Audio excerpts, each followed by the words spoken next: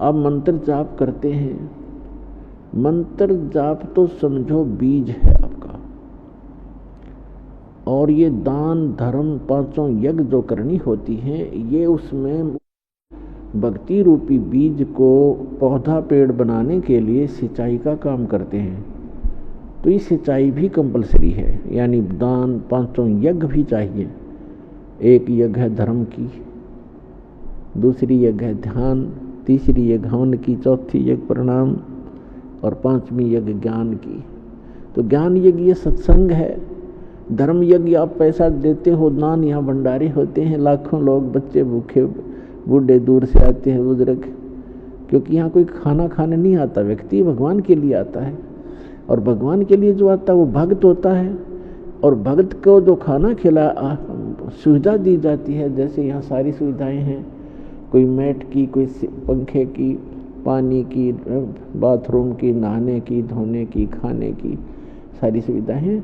तो भगत के लिए जो सेवा लगती है, वैसे तो द्वार पे कोई भी व्यक्ति आ जाए उसको खाना खिलाने से लाभ होता है, लेकिन भगत से और भी ज़्यादा लाभ होता है। तो यहाँ जितने भी आते हैं सतभक्त सत्साधक आते हैं, दुखी व्यक्ति आते हैं, तो यहाँ भंडारा चल रहा होता है, आते आत्मा तृप्त होती है। तो ऐसा आपका किया हुआ दान बहुत घना लाभ देता है आपको। तो इसलिए कहते हैं एक यज्ञ है धर्म की, दूसरी यज्ञ है ध्यान, और तीसरी यज्ञ हवन की।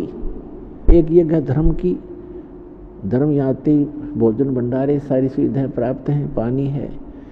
फिर ध्यान, यानी आप यहाँ आते हो तो परमात्मा की याद ही रहती है, यहाँ चर्चा चलती है तो भगवान की ही चलती है। यहाँ कर भी कोई नालायक इधर उधर की गप्पे मारता है तो भक्त नहीं है। अभी वो बालक है या पहली दूसरी कक्षा का बच्चा तो इधर उधर की बातें कर सकता है, जो प्रथम दूसरी तीसरी बार आया हो।